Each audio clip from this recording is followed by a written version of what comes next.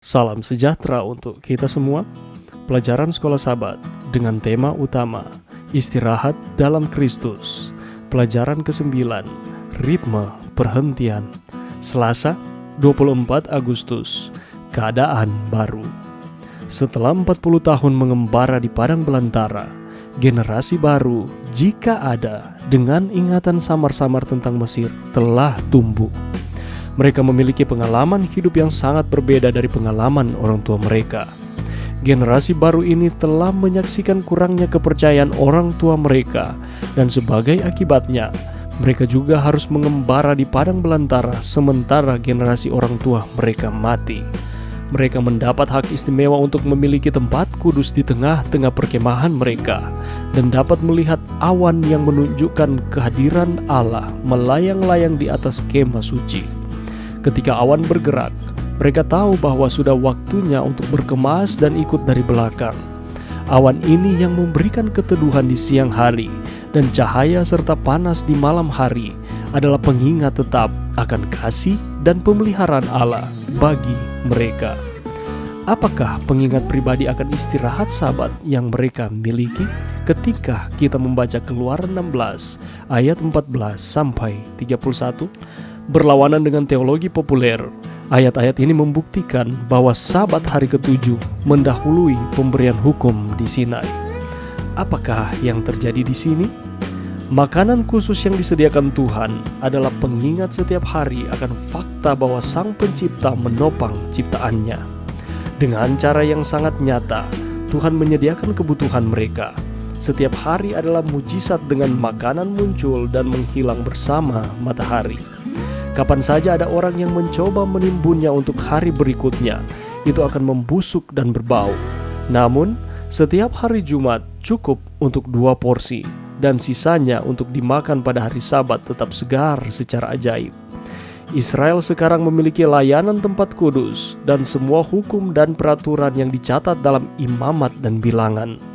Tetapi saja, Musa yang sudah lanjut usia memanggil semua orang dan mengulangi sejarah mereka dan meninjau kembali hukum-hukum yang telah Allah berikan. Generasi yang baru ini akhirnya siap memasuki tanah perjanjian. Israel akan mengalami perubahan kepemimpinan, dan Musa yang sudah tua ingin memastikan bahwa generasi ini akan mengingat siapa mereka dan apa misi mereka. Dia tidak ingin mereka mengulangi kesalahan orang tua mereka, maka dia mengulangi hukum Allah. 10 perintah diulangi sehingga generasi ini yang siap untuk menaklukkan Kanaan tidak akan lupa. Pelajaran yang bisa kita dapatkan pada saat ini, Sabat memperlihatkan kepada kita oknum pencipta yang menjadikan kita dengan satu tujuan dan sangat mengasihi kita, sehingga tidak akan meninggalkan kita ketika kita menyimpang dari tujuan itu. Sabat juga mengingatkan kita tentang Allah yang telah menyediakan segala hal yang baik di dalam kehidupan ini bagi kita. Kepedulian Allah diilustrasikan dalam 3 lipat mujizat Sabat dalam turunnya mana. 2 kali lipat mana turun pada hari Jumat, tetapi tidak ada mana yang turun pada hari Sabat. Jika orang Israel mengumpulkan lebih banyak daripada yang mereka dapat habiskan dalam 1 hari sepanjang pekan, kecuali hari Jumat, mana itu akan busuk. Sementara pada hari Jumat, mana yang disimpan untuk dimakan pada hari Sabat tidak akan busuk. Perbaktian Sabat selama 40 tahun di belantara pengembaraan itu mengingatkan orang Israel kepada oknum Allah pencipta yang memperhatikan mereka. Adalah penting untuk memperhatikan dengan seksama bahwa orang Israel memelihara Sabat sebelum pemberian hukum di Gunung Sinai.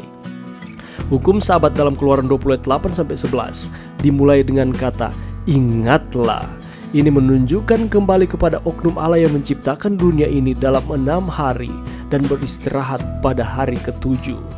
Jika seperti beberapa orang yakini, Allah menjadikan dunia ini dalam pergerakan dan dunia itu berevolusi selama jutaan tahun, pastilah Sabat itu tidak akan dibutuhkan dan tidak ada yang perlu diingat. Sabat merupakan simbol abadi dari istirahat kita di dalam Kristus. Itu adalah sebuah tanda khusus kesetiaan kepada Sang Pencipta. Daripada merupakan sebuah tuntutan legalis yang sewenang-wenang, Sabat mengungkapkan bahwa istirahat yang sejati dari pembenaran oleh perbuatan ditemukan dalam Allah. Sabat berbicara mengenai satu Allah yang telah menyelesaikan semuanya, sehingga kita dapat beristirahat dalam pencapaian-pencapaian yang telah dibuat oleh Tuhan. Istirahat Sabat sejati adalah istirahat kasih karunia dalam lengan kasih sayang dari Allah yang telah menciptakan kita, Yesus Kristus yang telah menebus kita, dan Dia yang akan datang kembali bagi kita untuk menyelamatkan kita. Mari berdoa. Terima kasih Tuhan atas firman-Mu pada saat ini.